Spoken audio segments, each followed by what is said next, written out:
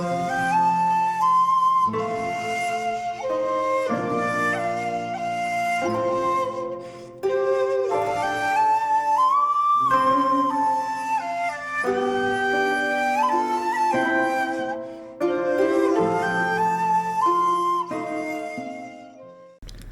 there, this is Solitary Ronin from Solitary Ronin Films, and welcome to another episode of 6 of the Best. You knew this was coming.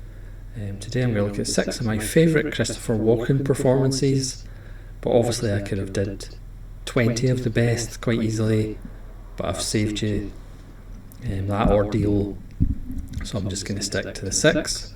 But again, what are your 6 favourite Christopher Walken performances or films? Please leave your comments below. I mean, Walken is a legend, arguably the most impersonated actor due to his unique line readings. He's such a lovely man, apparently, even though his screen persona, he usually gets to play weirdos and heavies, which he does very well. But I've chosen films where he is the lead or appears in the film a lot, because obviously he does quite a lot of cameos, which he's famous for, and he ends up being the most interesting thing in those films. For example, True Romance. It's the only reason I have True Romance is the Christopher Walken Dennis Hopper scene. Pulp Fiction. He's one of the best things in Pulp Fiction, and he's only in it for a scene. But too often he plays strange little characters. He's the best thing in Seven Psychopaths. He started off as a child actor. He's very fond of musicals. His interpretation of Captain Hook in Peter Pan, the musical, is sensational. He gets to sing some songs and dance. I would highly recommend that. Sadly, it didn't make the cut in 6 of the best. It obviously would have 20 of the best, but I recommend his Captain Hook from that television version of Peter Pan.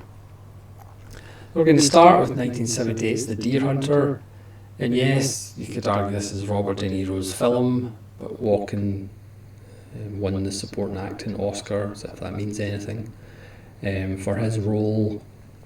It's a typically haunted performance. I think he's the more interesting character than the De Niro character, because De Niro is one of these kind of loners, even though he's in a group of friends, whereas I think Walken's character is more interesting, and his journey is more interesting, as the effects of the Vietnam War on him, and obviously that is involved in a rather famous scene at the end of the film. Walken, like all great actors, it's all about the eyes. You know, again, Walken has his critics, but I think at the end of the day he will be remembered as one of the greatest American actors of all time, because of his uniqueness. You know, there's not a lot of other actors like Christopher Walken. Some may argue that's a good thing, but next we will go to David Cronenberg's The Dead Zone, which actually gave Walken a chance to be a leading man, which, as I say, he doesn't get too many opportunities to do that. You know, he's not conventionally good looking, he's not leading man material as the rules of Hollywood say, whatever that means. But in The Dead Zone he plays Johnny, who's a school teacher who's in love with Brooke Adams, and then is in an accident, and he's in a coma for a while. Life moves on, Brooke Adams moves on, and he's left with this gift or curse of when he touches somebody, he sees their future or something in their past, mainly their future. The ice is indeed going to break. It's just a beautiful performance by Walken. It shows a different side to him. The film itself is one of the best Stephen King adaptations. Great supporting cast. Martin Sheen in a role that probably Christopher Walken would have played 10 years later. Herbert Lom, we all need a little bit of Lom in our life. It's just a wonderful performance, and again, a chance to see a kind of different side of Walken, even though he is playing somebody who's scarred and damaged, which Walken specialises in. Next, a film that I just can't understand isn't in the Criterion collection or something. It's A View to a Kill, one of only 2 Bond films that I have in my collection, and the reason I have it is for Christopher Walken, strangely enough. The other one being Live and Let Die. The only reason I have Live and Let Die is for Yaphet Kotto, not Roger Moore. But Walken in this just gives such a wonderful performance, almost as good as his big blonde hair. Playing a true psychopath. There's a wonderful moment where he mows down lots of people with an automatic weapon, and you see the happiness and glee in his face. He's really enjoying himself. The moment where he finds out that James Bond has a license to kill is one of the great cinematic moments in history. He has wonderful fighting training scenes with Grace Jones, which are moving. He's a proper Bond villain, in my mind, the greatest Bond villain of all time. A View to Kill. Let's put it in a Criterion 4K because it really needs some boutique attention because it's an amazing film. Next is At Close Range, James Foley from 1986, co-starring Sean Penn, based on a true life story of an estranged father and his son. The estranged father, played by Walken, is in charge of a gang in Pennsylvania who robs pretty much anything: cars, tractors, farms. And Sean Penn and Christopher Penn get involved with him and end up joining his gang, but things inevitably go wrong, and comeuppance and revenge and finally justice happens. Walken is just absolutely terrifying in this film, but he still manages to still come across as being alluring, so you can see why Sean Penn would be attracted to joining his gang and want to be around them, but he's also absolutely repellent as far as being around Sean Penn's girlfriend, played by Mary Stuart Masterton. He does what he does so well. He's got the charm, but he's also got those alligator eyes, and when it's time to do some damage, it's full scary Walken. But again, it's another film where he is a major part of the film.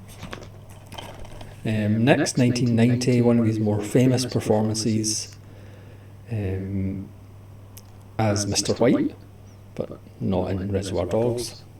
It's Abel Ferrara's King of New York. Again, a leading role which he doesn't get that many opportunities to do. Super suave. It's Frank White who comes out of prison and starts taking over other gangsters' turf. No matter what race, colour and creed they are, he literally wants to take over the city, and at one point he mentions he wants to run for mayor. It's a visceral film, it's a messy film in some way, but Walken's performance is absolutely towering. Again, the feeling of power, but also a man with no scruples. He's just absolutely wonderful in the film, one of his truly great performances. Next is a film that really needs a Blu-ray release. Its partner got a Blu-ray release. It's Abel Ferrara again in The Funeral, 1996, which was shot back to back with The Addiction. The Addiction has an Arrow release, maybe because it's a vampire film. But The Funeral really needs a Blu-ray release because it is an absolutely beautiful period piece, kind of shot, and there's flashbacks and there's an overbearing kind of atmosphere of dread and unease. Christopher Walken plays the head of a crime family whose brother Vincent Gallo is shot.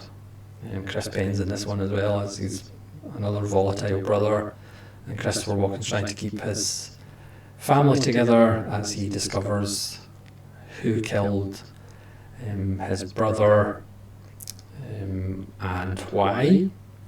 It goes in interesting places. There's philosophical conversations about the existence of God and death and revenge. It's arguably Lofer's most beautiful films, even though it's absolutely downbeat, nihilistic and horrible. There's actually great support from Annabella Sciorra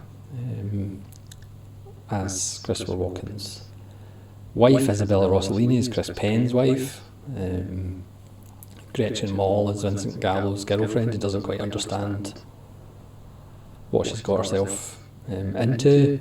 It's a beautiful film, even though it's obviously brutal as well, as Abel Ferrara, but it really deserves more exposure. I did a underrated gem video on it, and it really needs a Blu-ray release. So that's 6 of my favourite Christopher Walken films, but again, I could have named 20.